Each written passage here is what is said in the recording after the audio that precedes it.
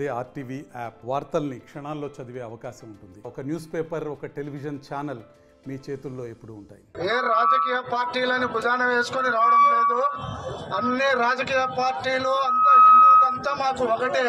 ఏ రాజకీయ పార్టీలకు కూడా మాకు సంబంధం లేదు.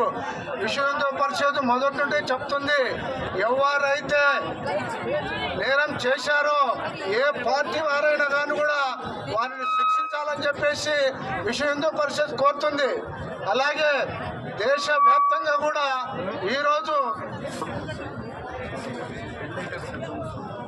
ఈరోజు దేశవ్యాప్తంగా కూడా మరి హిందూ మనోభావాలు దెబ్బతిన్నాయని చెప్పేసి ప్రతి ఒక్క హిందువు కూడా చాలా బాధపడుతున్నాడు. మరి ఇలాంటి తరుణంలో ప్రతి ఒక్క హిందువు కూడా స్పందించి మరి ఈరోజు రైట్ ఎక్కి దేశం మొత్తం మీద నిరసన కార్యక్రమాలు తెలియజేస్తున్నారు. ఒకటే మనకు గుర్తుంచుకోవాలి, హిందూ సమాజం అంతా మరి విశ్వ హిందూ పరిషత్ ఆధ్వర్యంలో మనం అనేక విజయాలు సాధించాము.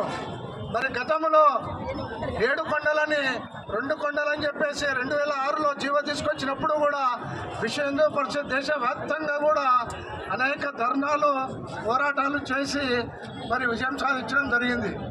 అలాగే కాశీ విశ్వనాథ్ అనుకోండి, అమర్నాథ్ అనుకోండి, అలాగే రామ్ సేతు అనుకోండి, ఇలా అనేక రామజన్మభూమి అనుకోండి, ఇలాంటి అనేక మహత్తరమైన విషయాలు సాధించడం జరిగింది.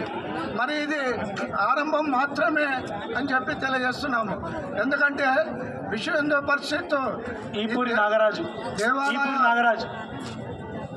విశ్వ హిందూ పరిషత్ ఆధ్వర్యంలో ఈ యొక్క దేవాలయాల్లోనే హిందూ సమాజానికి అప్పగించేంత వరకు నిరంతరం విశ్వ హిందూ పరిషత్ పోరాటం చేస్తుంటుందని చెప్పి మరిన్ని వీడియోస్ కోసం ఛానల్ ని సబ్స్క్రైబ్ చేయండి. లేటెస్ట్ అప్డేట్స్ కోసం వాట్సాప్ ఛానల్ ని ఫాలో చేయండి. అండ్ లింక్ డిస్క్రిప్షన్ లో ఉంది.